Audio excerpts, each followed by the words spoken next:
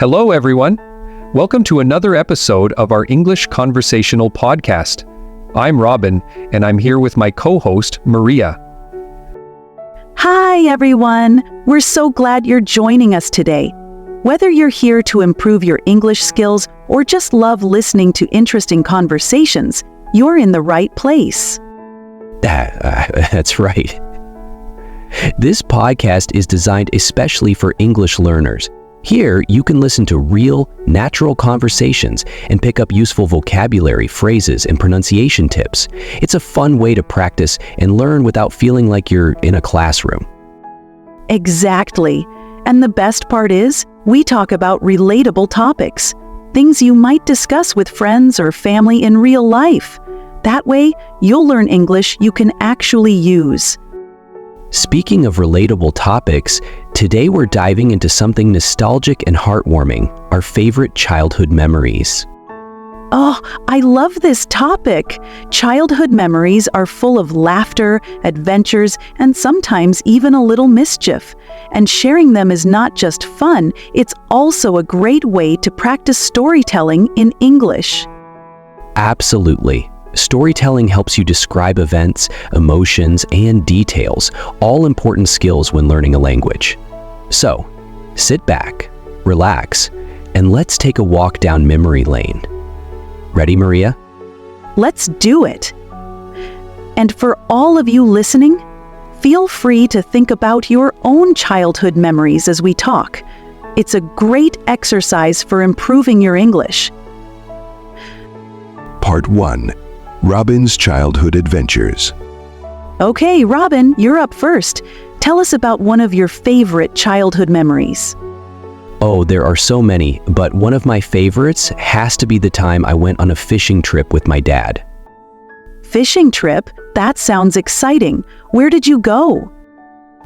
We went to a small lake about an hour's drive from our house.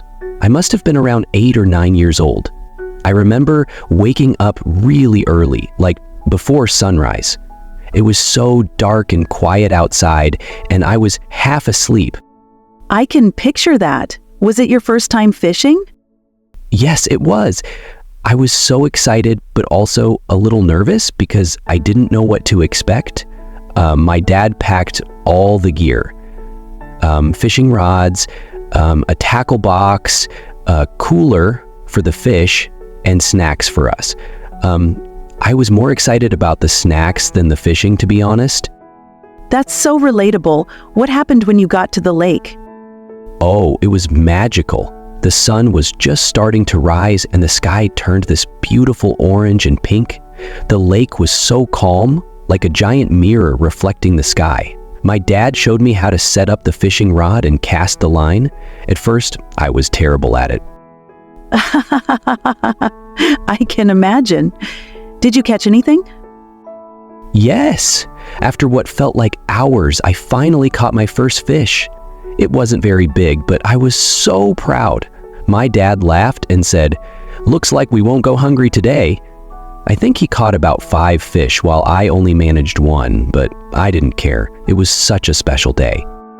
That sounds amazing.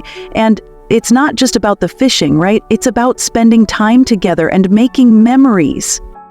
Exactly. Looking back, it was less about catching fish and more about bonding with my dad. I'll never forget that day. Part 2. Mariya's Countryside Adventures. All right, Mariya, your turn. What's one of your favorite childhood memories? Let me think. Oh, I know. One of my favorite memories is playing hide and seek with my cousins at my grandparents' house in the countryside. Hide and seek? That sounds fun. What was special about it? Well, my grandparents' house was huge, with lots of little nooks and crannies to hide in. There was a big garden, a barn, and even an old well covered with flowers. We used to play for hours, running around and trying to find the best hiding spots. Wow, that sounds like an adventure. How many cousins did you play with? Usually, there were about 6 or 7 of us, ranging from 5 to 12 years old. The older ones were really good at hiding, and they would climb trees or hide in the hay in the barn. The younger ones, like me, would usually end up hiding behind bushes or under the dining table. That's so cute. Did you ever get caught right away? Oh, all the time. I wasn't very good at staying quiet. Once I tried to hide in a closet, but I sneezed, and my cousin found me immediately. Everyone laughed so much. That's hilarious. What did you learn from those games? I think it taught me creativity and teamwork. We had to think fast, find clever hiding spots, and sometimes even team up to distract the seeker. Plus, it was a great way to bond with my cousins. That's so true.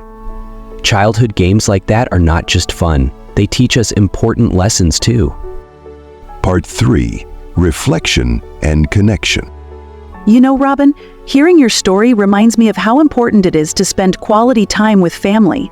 Childhood memories often come from those simple yet meaningful moments. Absolutely, whether it's a fishing trip or a game of hide and seek, those little experiences stay with us forever. And I think they also help us understand what truly makes us happy. For me, it was being surrounded by nature and loved ones. And for me, it was learning new things and sharing laughter with my dad. Childhood memories are like little treasures we carry with us throughout our lives. So true. And for our listeners, we encourage you to think about your own childhood memories. What made you smile? What lessons did you learn? And try sharing them with someone. In English, of course. It's a great way to practice storytelling and connect with others. Well, that's all for today's episode. We hope you enjoyed our stories and felt inspired to think about your own childhood memories. And remember, storytelling is a powerful way to practice English. The more you share, the more confident you'll become. If you liked this episode, don't forget to give it a thumbs up, leave a comment, and subscribe to our channel. And tell us, what's one of your favorite childhood memories? We'd love to hear your stories. Thanks for listening, and we'll see you next time. Keep practicing, keep learning, and